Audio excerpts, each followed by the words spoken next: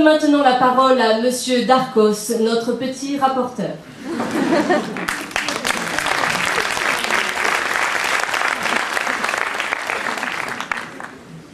Monsieur le Président, je voudrais commencer par citer vos propos lorsque vous évoquiez le relativisme intellectuel et moral des années 1968.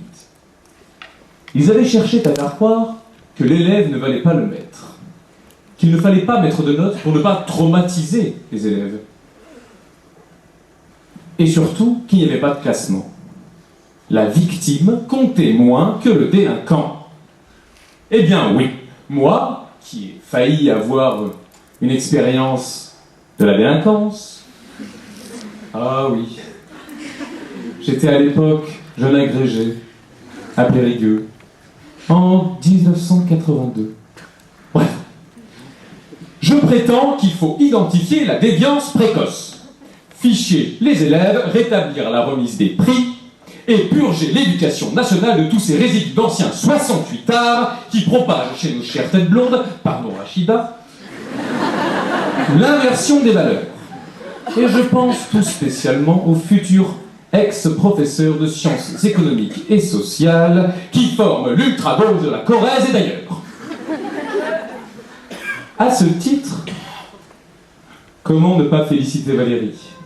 Puis-je également vous appeler Valérie? Pour son habileté stratégique et sa maîtrise de la gouvernance. Avec la masterisation, ma chère Valérie, vous proposez la clé pour enfin remettre les maîtres à leur place. Fi de toutes ces années de pédagogisme dévastateur, de ces théories didactiques inutiles, il faut revenir aux fondamentaux et se débarrasser des pesanteurs inutiles. Un futur prof de mathématiques n'a pas besoin d'enseigner les équations du 3e degré s'il enseigne le 2e degré. De même qu'un professeur de maternelle n'a pas besoin de licence pour changer des couches. Que chacun tienne sa place et tout ira mieux. Votre idée maîtresse, Valérie, c'est la dissociation entre formation des enseignants et recrutement. La formation sera locale, variable d'une université à l'autre, ce qui engendrera une saine concurrence entre établissements. Et comment ne pas vous féliciter d'avoir d'ores et déjà sollicité cette concurrence lors de la confection des maquettes? Grâce à un calendrier impossible et des objectifs soigneusement laissés dans le flou. La course à l'échalote a déjà commencé, et déjà on voit les universités se précipiter les unes contre les autres dans la panique générale, spectacle réjouissant. Tout cela pour des concours dont nous dévoilerons les contenus très prochainement. Contenus enfin taillés à la mesure des vraies compétences professionnelles attendues chez un enseignant. D'abord et avant tout, la connaissance de toute la législation du système éducatif de 1969 à nos jours. Et puis, je ne l'oublie pas, un vrai stage professionnalisant de 12 jours sera rendu obligatoire. Exit les connaissances inutiles. Plus besoin de connaître la princesse de Clèves.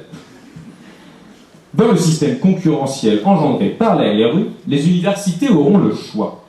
Soit de maintenir un haut niveau de connaissances disciplinaires et mal préparer les étudiants au concours, soit de débarrasser les contenus disciplinaires encombrants et jouer le jeu d'une vraie formation professionnelle professionnalisante. Oui, Berat, Demonstrandum. CQFD, coup de génie.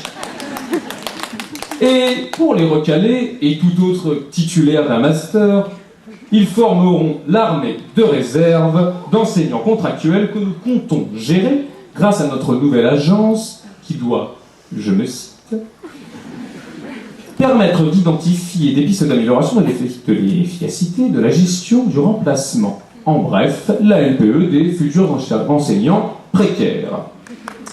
Sans compter les économies réalisées par l'abandon du stage rémunéré, dois-je le rappeler que ça nous coûtait très cher car cette année-là, c'est un comble compté pour la retraite.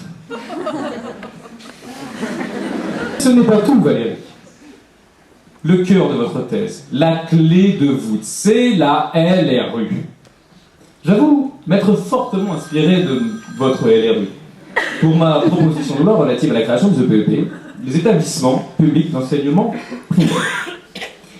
Comme je le disais le 3 juillet dernier, je me cite, « Nous voulons rationaliser les 57 milliards d'euros en donnant davantage d'autonomie aux établissements et en créant les établissements publics du premier degré avec des établissements qui aient de vrais patrons, à qui nous puissions déléguer des budgets, qui gèrent et qui nous rendent compte. » Excellent, excellent. Merci.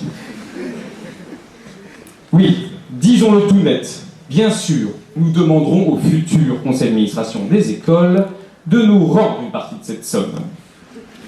57 milliards d'euros pour l'éducation, c'est beaucoup trop. D'autant que nous en avons besoin pour enflouer notre système bancaire. C'est fondamental, Xavier, merci. Bref, sur ces questions, ma chère Valérie, nos travaux s'accordent parfaitement. Autonomie financière, gestion locale, mise en concurrence et évaluation.